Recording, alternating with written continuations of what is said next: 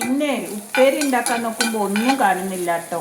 അപ്പോൾ ഫ്രിഡ്ജിൽ നോക്കുമ്പോൾ 1-2 ബീറ്റ്റൂട്ട് ഉണ്ട്, വഴുതനുണ്ട്, ഒരു കഷ്ണം പപ്പായ ഉണ്ട്.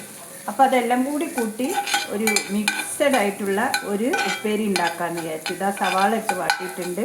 ഞാൻ അതിലേക്ക് മുളക് ചേർക്കാം, പച്ചമുളക് ചേർത്തു,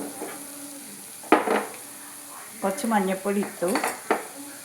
ഇനി ഉപ്പിട്ടു.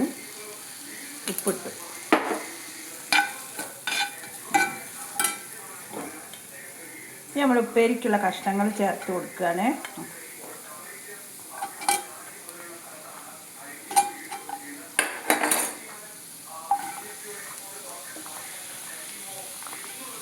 ഇതിലൊരു തുള്ളി വെള്ളം ഒഴിക്കില്ല കേട്ടോ. അങ്ങനെ അടച്ച് വെക്കും, ലോ ഫ്ലെയിമിലിട്ട് വെക്കും. കുറച്ച് കഴിയുമ്പോഴേക്കും നമ്മൾ ഉപ്പേരി റെഡി ആയിട്ടുണ്ടാവും. നമ്മൾ ബീറ്റ്റൂട്ട് ഉപ്പേരി മിക്സഡായിട്ട് വഴുതന പപ്പായ ഒക്കെ ഇട്ട് അത് റെഡി ആയിട്ടുണ്ട് കേട്ടോ. ബീറ്റ്റൂട്ടിൻ്റെ കളർ കൊണ്ട് മറ്റൊന്നും അങ്ങനെ കാണുന്നില്ല.